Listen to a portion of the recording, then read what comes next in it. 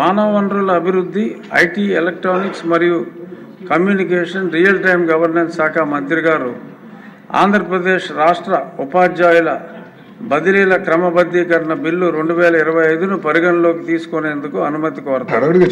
మంత్రి గారు. Adhyaksha, I move that the Andhra Pradesh State Teachers Transfer Regulation Bill 2025 be taken into consideration. మంత్రి గారి ప్రతిపాదన సభ సమక్షంలో ఉంది. బిల్లుపై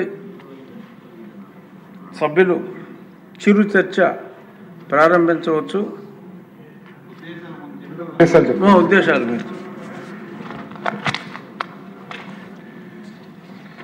అధ్యక్ష, ఈ బిల్ ద్వారా ఒక చరిత్ర కూటమి ప్రభుత్వం చేయబోతుంది. అధ్యక్ష, సృష్టించబోతుంది. అధ్యక్ష, ఒక్కసారిగానే మనం గతంలో జరిగింది చూస్తే ట్రాన్స్ఫర్స్ విషయంలో ఆంధ్రప్రదేశ్ ఎడ్యుకేషన్ యాక్ట్ 1982లో లీగల్ అథారిటీ ఆనాడు కల్పిస్తాం జరిగింది. ఇంకో పక్కన 1998లో ఆనాడు చంద్రబాబు నాయుడు గారు ముఖ్యమంత్రిగా ఉన్నప్పుడు జెడ్పీ స్కూల్ అడ్మినిస్ట్రేషన్ మొత్తం జెడ్పీ సిఇఓ నుంచి తీసి డిఓకి అందజేస్తాం జరిగింది. దాంట్లో భాగంగా అధ్యక్ష ఈ ట్రాన్స్ఫర్స్ వ్యవస్థ కూడా ఒక ట్రాన్స్పరెంట్ మెకానిజం, కౌన్సిలింగ్ వ్యవస్థ ఉండాలని గౌరవ ముఖ్యమంత్రి గారు ఆనాడు చెప్తాం జరిగింది అధ్యక్ష. అంతేకాకుండా అధ్యక్ష 2012-15లో కూడా అనేక సంస్కరణలు తీసుకొచ్చాం. ఒక రెగ్యులేషన్ తీసుకొస్తాం జరిగింది అధ్యక్ష. పాయింట్ బేస్డ్ స్కోరింగ్ సిస్టమ్ ఆనాడు అమలు చేస్తాం జరిగింది. 2015లో web based online transfer counselling system తీసుకొస్తాం జరిగింది. 2017లో కంపల్సరీ ట్రాన్స్ఫర్ కూడా ఉపాధ్యాయులు ఎవరైతే 8 సంవత్సరాలు పూర్తి చేశారో, హెడ్ మాస్టర్స్ 5 సంవత్సరాలు వాళ్ళు పూర్తి చేశారో అది తీసుకొస్తాం. ఆ గైడ్ లైన్స్ కూడా తీసుకొచ్చి కంపల్సరీ ట్రాన్స్ఫర్ కూడా ఏర్పాటు చేస్తాం జరిగింది అధ్యక్ష. కానీ అధ్యక్ష ఒక్కసారిగా చూస్తే జిల్లా పరిషత్ స్కూల్స్ ఉన్నాయి, మండల పరిషత్ స్కూల్స్ ఉన్నాయి, మున్సిపల్ స్కూల్స్ ఉన్నాయి. సో వాళ్ళకి ఓన్ గైడ్ లైన్స్ ప్రకారం ఇదంతా జరుగుతూ ఉంది. గతంలో చూస్తే అనేక కోర్టు కేసులు కూడా దీనిపైన వస్తాం జరిగింది. మళ్ళీ కంటెంప్ట్ ఆఫ్ కోర్టు కూడా అవుతాం జరిగింది అధ్యక్ష. అందుకే ఒక యూనిఫైడ్ యాక్ట్ తీసుకొస్తే బాగుంటుంది ఆలోచనతో ఈ ప్రతిపాదన పెడతాం జరిగింది అధ్యక్ష. అధ్యక్ష, ప్రత్యేకంగా చూస్తే గత ప్రభుత్వంలో మీరు కానీ చూస్తే అడ్డగోలుగా ట్రాన్స్ఫర్లు చేశారు, వాళ్ళు ఇష్టరాజ్యంగా చేశారు, ఎక్కడ ఒక పద్ధతులు పాటించకుండా చేశారు అధ్యక్ష. అంతేకాదు అధ్యక్ష, ఎలక్షన్ టైంలో అధ్యక్ష బ్యాన్ పీరియడ్లో కూడా 1100 మంది ఉపాధ్యాయుల్ని ఏకపక్షంగా ట్రాన్స్ఫర్ చేశారు. అది కోర్టుకి వెళ్ళి మళ్ళీ తిరిగి కోర్టే కొట్టించే పరిస్థితికి వచ్చారు అధ్యక్ష. కావాలని కొంతమందిని రాజకీయ కక్షతో ట్రాన్స్ఫర్ కానికుండా కూడా ఆనాడు ఇబ్బంది పెడతాం కూడా జరిగింది అధ్యక్ష. ఇంకో పక్కన చూస్తే అధ్యక్ష గడిచిన 5 సంవత్సరాలు అనేక లిటిగేషన్లు వచ్చినాయి. హైకోర్టు కూడా ఈ ట్రాన్స్ఫర్ ఉత్తర్వుల్ని ఇది కరెక్ట్ కాదని చెప్పి మళ్ళీ గైడ్లైన్స్ నిబంధనలు విరుద్ధంగా ఉన్నాయని చెప్పి అది కూడా మళ్ళీ తీయేస్తాం జరిగింది అధ్యక్ష. అనేకసార్లు కోర్టు కూడా ఇంటర్వ్యూన్ అయ్యి ఈ ట్రాన్స్ఫర్లో ఇబ్బంది పెడతాం జరిగింది అధ్యక్ష. సో మా కుటుంబ ప్రభుత్వ ఆలోచన ఏంటంటే ఒక యాక్ట్ తీసుకొద్దాం, ఒక లీగల్ అథారిటీ, స్టెబిలిటీ ఉపాధ్యాయుల ట్రాన్స్ఫర్లో అవసరం అనేది ఒక ఆలోచనతో వచ్చాం అధ్యక్ష. అంతేకాకుండా ఎక్స్టర్నల్ ఇన్ఫ్లుయెన్స్ తగ్గించి ఎక్కువ ఉపాధ్యాయులు చదువులు చెప్పాలి, ఆ పవిత్రమైన బాధ్యత వాళ్ళకి అప్పగించాలన్న ఆలోచనలో మన ప్రభుత్వం ఉంది అధ్యక్ష. అంతేకాకుండా ఒక ట్రాన్స్పరెన్సీ, అకౌంటబిలిటీ ఈ ఆన్లైన్ ద్వారా తీసుకొద్దాం అనే ఒక ఆలోచన పెట్టుకున్నాం.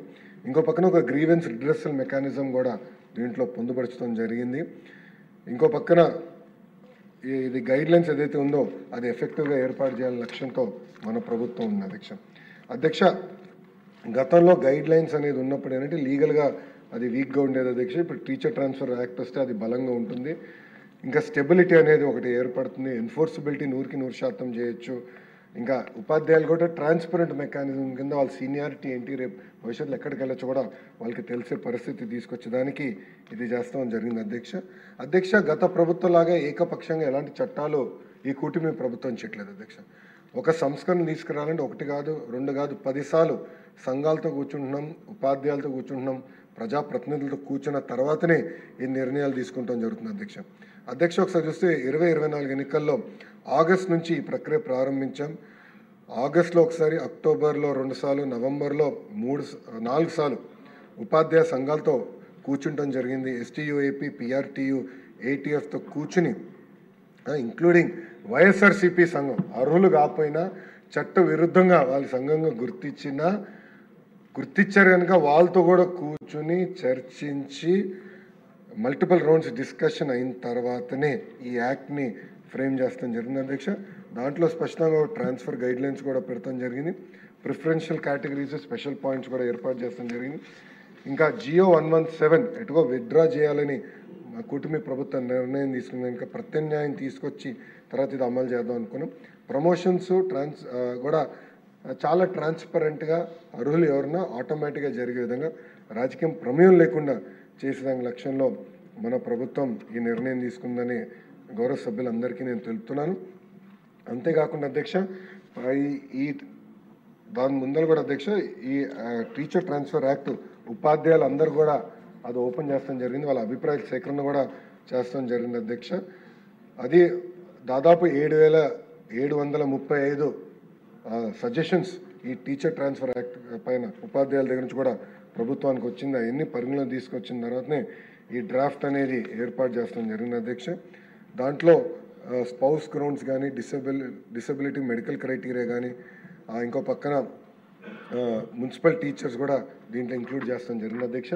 ఇది కేవలం ఒక ఆంధ్ర రాష్ట్రం ఏదో కొత్త చట్టం తీసుకొస్తాం కాదు, పక్క రాష్ట్రాల్లో కూడా ఏం జరిగింది అనేది కూటమి ప్రభుత్వం తెలుసుకుంటాం జరిగింది. ఇది కర్ణాటక, ఉత్తరాఖండ్, అస్సాంలో ఈ టీచర్ ట్రాన్స్ఫర్ యాక్ట్ అనేది అమల్లో ఉందని గౌరవ సభ్యులందరికీ నేను తెలియజేసుకోవడం జరుగుతుంది అధ్యక్ష. ఇక్కడ మన ప్రభుత్వ లక్ష్యం ఒకటే, ప్రధానంగా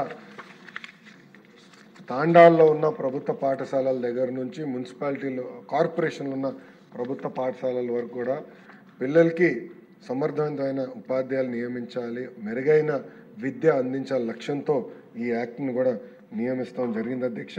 దీంట్లో బ్యాలెన్స్ చేశాము. రూరల్ ఏరియాస్కి ఎట్లా ఉపాధ్యాయుల్ని ఇవ్వాలి, ఇంకో పక్కన ట్రాన్స్ఫర్స్ ఎలా చేయాలి, ఇవన్నీ కూడా దీంట్లో పొందుపరచడం జరిగింది.